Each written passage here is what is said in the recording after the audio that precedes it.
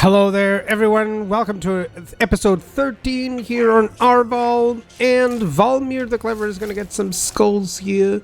We're now on a very reduced upkeep.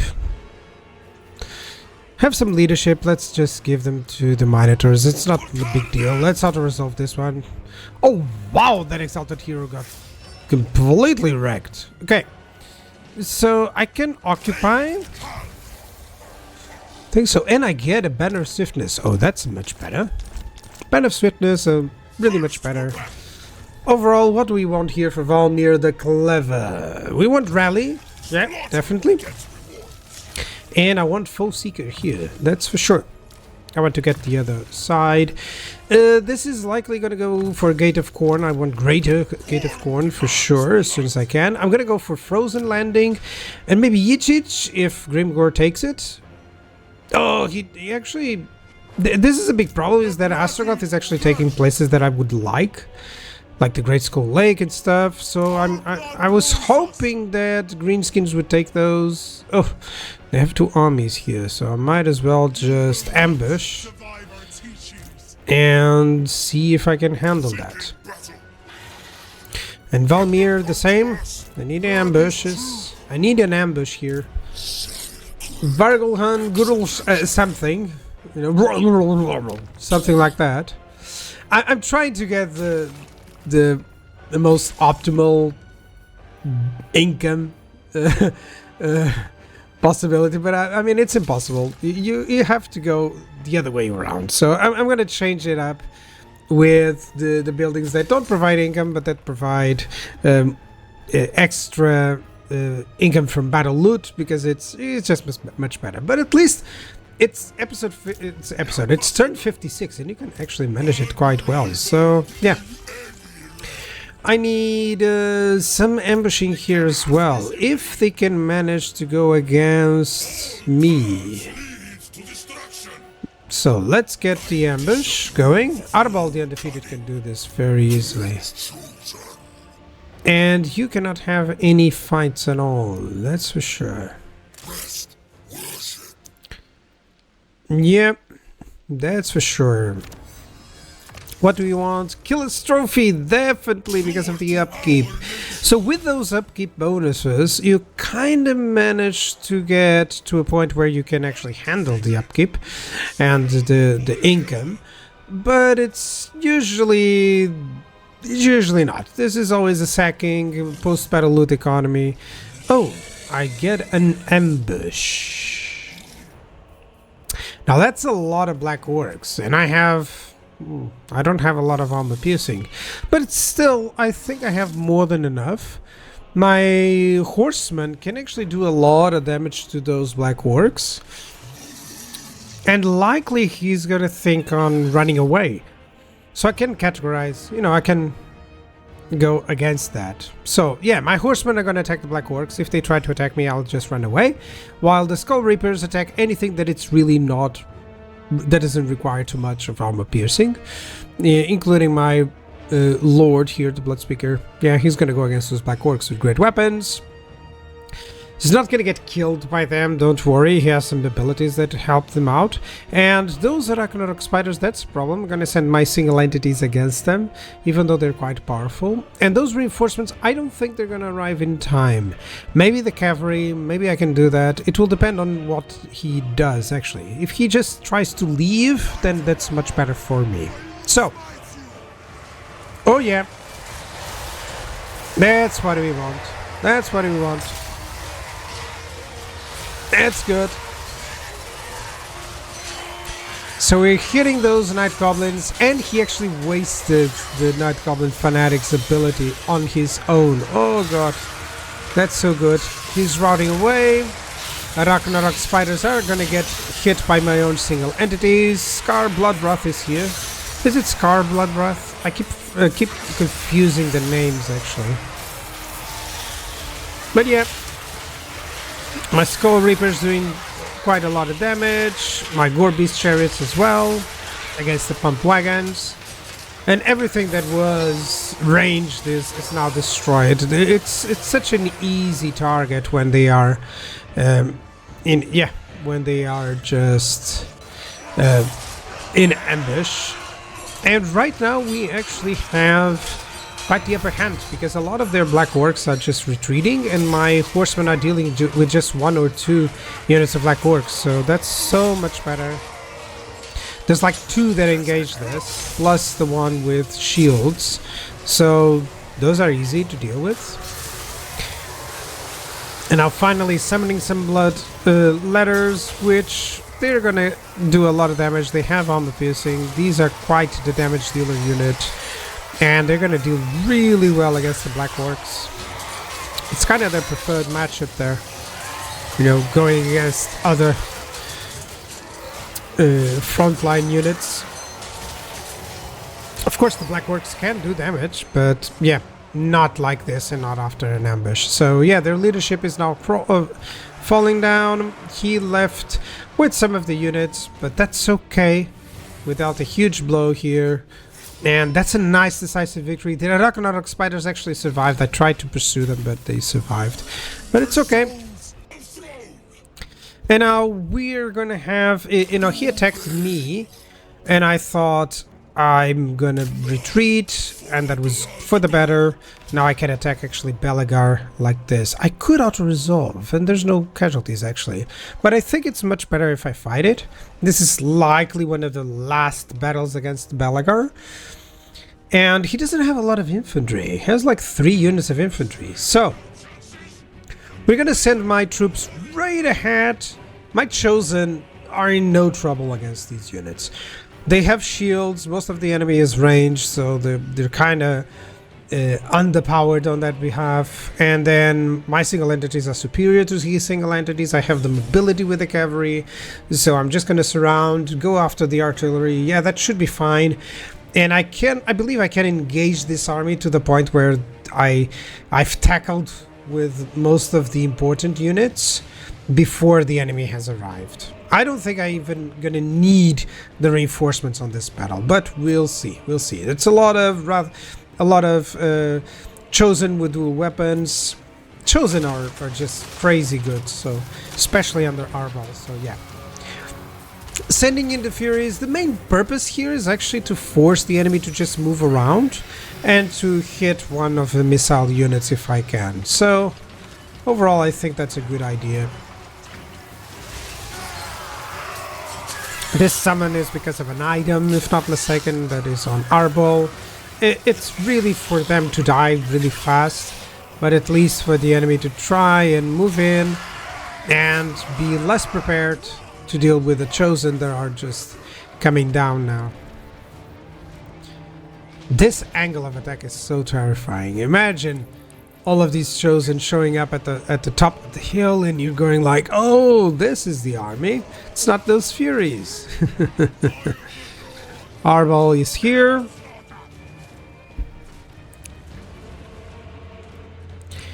And we're gonna get on these horsemen. So the Chaos Knights, yeah, they're pretty cool. They don't have armor piercing, but these guys can do a lot of damage, especially Chaos Knights of Khorne. They have frenzy, so yeah, it's much better, much easier. Let's just follow them into the battle.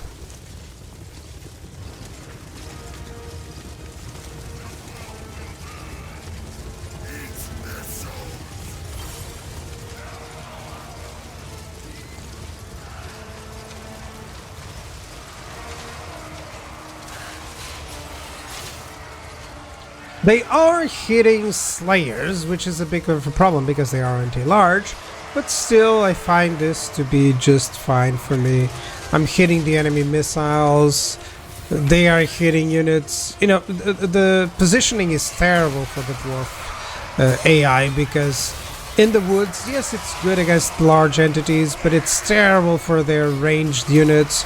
They're gonna miss most of their shots or won't even be able to hit. And that's great for me. It's like their single entities are kind of like the most important aspect here, and they're even weaker than mine. Belegar is here. Yeah, poor Belegar. So I've dominated on this flank, and now I have a really easy way to go against the missile units. I use the spawn on a melee unit, so now the spawn can go through, as well as the Wrathmongers. So this side is completely controlled. The other flank is also completely controlled with my cavalry. So yeah, this should be easy. And the front line is controlled with my Chosen. Even though they're not armor piercing, don't neglect that. I mean, Chosen dual weapons, they're about like, what, the third better unit in melee? It's ridiculous. It's just the amount, the sheer amount of damage. It doesn't matter. Even the 1/3 of armor piercing that they have is more than enough to deal with most of the armored units. So yeah. Here's Arbaal doing his dancing around and taking out enemies, while these organ guns have done very little. It's in the woods. They're likely going to get surrounded very easily. Man, this is just fiery hooves everywhere.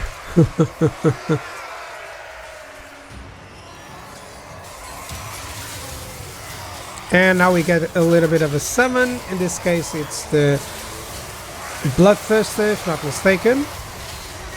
Yeah, there he is, on flying. And he's gonna go against Belegar, so yes, that should be easy.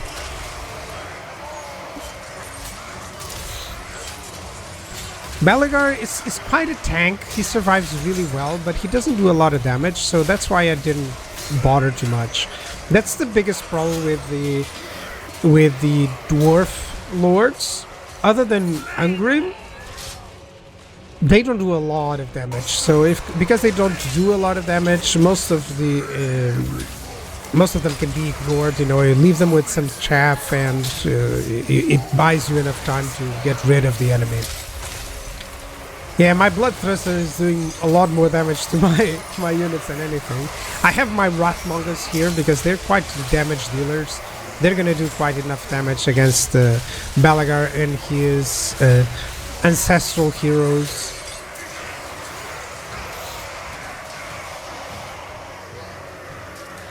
In the meantime, my cavalry is always dealing the damage. They're retreating. Only the unbreakable ethereal units are here, and Belegar, if not mistaken, because he's also unbreakable. Yeah, he's not unbreakable. He's routing. So okay, sometimes he is unbreakable. But yeah, everyone dead. And look at that. Nearly no casualties. Look at the Chosen. They've done really well. So Skulls seems nice. Destroyed 2 of those armies. And now what should we do? So, I think I'm gonna finish off Belegar actually. I have 10 of Corn Favor. That should be fine. I could get some upkeep there. Yep, I'm gonna capitalize on that. And try to ensure that I get over there. The spoilers, yes, that's for sure. Devastating charge. There we go, Indomitable, and I'm just checking if I have anything else. Yeah, Devastating charge, that's cool. And the Herald of Corn, he's gonna go over there. What do we have? A peace treaty, actually, with the Exiles of Corn. Actually, no, a joint confederation. Sorry. So the main purpose of this is not to get those territories. This is just to get Scarbrand. So we're going to be able to recruit Scarbrand, give him a nice army, and suddenly, if Arbaal was not enough, Scarbrand is going to be nice. Now, it's the Tomb Kings here with Khalida. And this is before 6.3, by the way. This is before that. I recorded the episode way before. But after this episode is going to be with the changes. So likely Khalida is going to become much more difficult to deal with. And I might have to send Arbaal the Undefeated over there. We'll see. We'll see how things develop. For now, not a lot of favor to get from the quests, because I wouldn't want to teleport too far away for now. I'm thinking just getting cultists. I would like to get a cultist economy. It's also possible, by the way.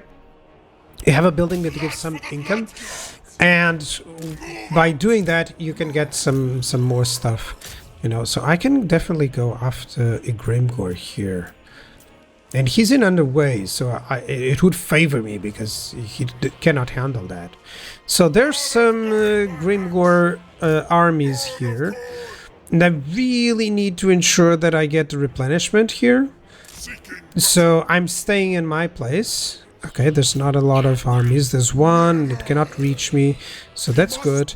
Let me get the skulls. There we go. And what can I get? So this is the first that I actually didn't go for red line. So let's go for increasing all of these units. Where's the horsemen? Where are they? Well, I can get for the Gorbeast chariots, but where are the horsemen? Oh, they're here! Oh, that's nice. So that's one skill for everyone. Yeah, so Hellforge engines. Yeah, that's for sure. Yeah, that's cool. For marauders and stuff. So the Marauder Horsemen should be quite powerful right now. And this army with Scar Bloodwrath there. So don't consider them out of the way yet. You can even have like a stack of just Marauder Horsemen to follow another army. And that would do a lot of damage. So let's get Chaos Strategist and Raging Stalwart. Mainly the purpose here is just to ensure that we have as many army buffs as possible. You can have a different idea if you choose, but that's the one I'm going for. You can see that this is not 6.3 because of the traits, for instance. That's something that you should notice. So for sure this Vargolgan dude is gonna give way to... should I get more Minotors of Corn with great weapons, or should I get the other ones? I think I can get that. Yeah, he's gonna give some units to other ones. Yeah, that's for sure too. And he has some nice stuff, Glorious Charge for the Minotors as well, so that's gonna be a nice army. And I'm thinking on even using him with Scarbrand, even though Scarbrand can just do it alone, you know. And you should be fine. Definitely going for red line skills here for the Harbingers of Death. That should be cool. Yeah, maybe I'll get some Soul Grinders of Corn as well on this army. I'll have to check. Because it has some halberds, has a lot of stuff. I'm gonna get some Skull Takers. Yeah, that's for sure. That's nice. So that'll be it for this episode. Thank you very much for watching, and I'll see you guys next time. Bye-bye.